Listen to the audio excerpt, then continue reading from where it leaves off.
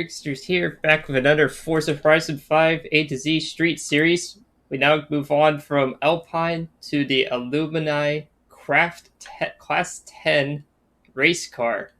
Now this is stock configuration in B Class, but I'm going to upgrade the car to do something it's not really built to do. And that is drive it on the road on the Alco Sprint. So this will be the first unusual car that's not really made for this. I mean, you can do it, but it's not effective.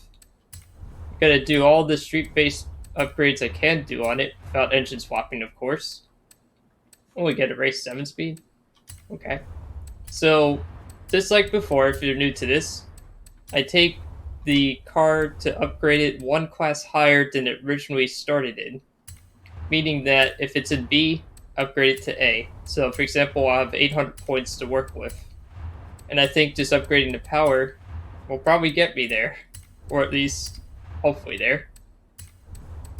And normally, this car in real life, or I guess you could say, kind of dune buggy truck vehicle, normally used for off-roading, and is very effective at it, because this kind of suspension is normally made to go over big bumps and alley-oops and rapid cantering off the road. But we're going to drive this on the road, and it's going to be bonkers. It's probably not going to be controllable in the slightest, but we're going to do it anyways. So just taking one last look here. Okay, and believe it or not, you can actually put a race diff on this vehicle, which I didn't think you could do, but you can. Some of the dune buggies in this game don't allow you to do that. They only have say drift, rally, or off-road, for example. But this one you can put a race diff in, so I guess it could work. So it's 39,250 to buy it to A class without the engine swap, and we make 385 horsepower at 2,188 pounds imperial measurement and 1.5 Gs with the tire widths. So let's see how that does, and I'll see you at the track. For this car's tune, I did adjust a little bit here. I did the tires to 24 PSI. I switched the gearing to be a little more towards acceleration. Alignment I really fiddled with. I went from 1 caster to 4.0. Made the cambers negative, so that way the tires lean in more. Stiffened the roll bars from the softest setting by default to the 20s. Springs I kind of put sort of towards the middle. I lowered the ride height to about half. Dampening, I stiffened the front and rear by a noticeable amount. Brakes I did touch. And differential I made the acceleration, I'm going to make it to 60, and decel to 29. With all these changes, it's my hope that at least it become more controllable on the road.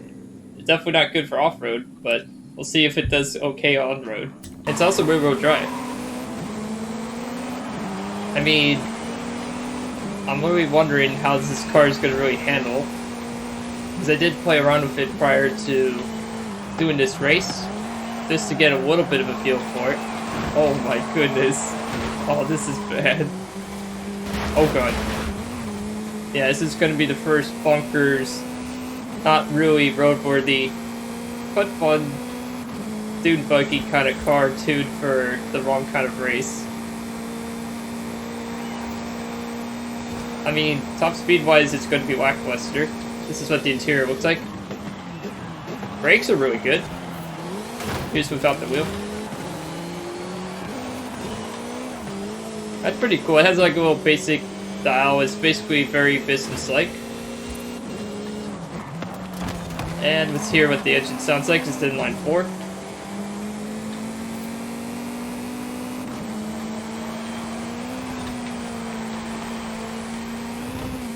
Well, it definitely handles the bumps really well.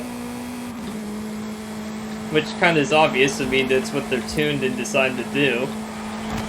Just go around doing that.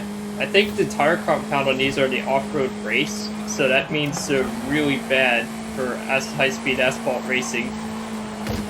I mean, it does tend to swing a bit because it does have the engine almost behind the rear-driven wheels, which for off-roading is not necessarily a bad thing. It helps with rear cornering grip on soft sand and dirt and dunes, but on the road, not quite so much.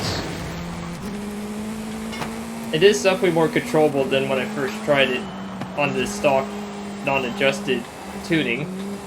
But yeah, I don't really see this car taking home many trophies on asphalt. Off-road? That's a different story. This car probably does pretty well there, as based on the suspension design and what it did in real life. The Alumni Craft C.10, I don't know why there's a period after the C, but there is, did turn in a time of 2 minutes 15.75 seconds. So here is the time of the first A-Class car, the Alpine A110s, which will display on the top of the screen here. Alright, so the Alumni Craft C10 to A-Class tuned for the road. It's a very strange experience, and also an interesting one. Definitely not recommended for the road for obvious reasons. I mean, I kind of knew that going in, making this, but I think it's still cool. It's just definitely not recommended for the streets. Off-roading? Yeah, this thing probably does really well there. On-roading? No. So, with that in mind, I do run a Ko-Fi page in the link in the description box below if you wish to support the channel. And I hope you enjoyed this video. This is Rigsters Journey, signing off.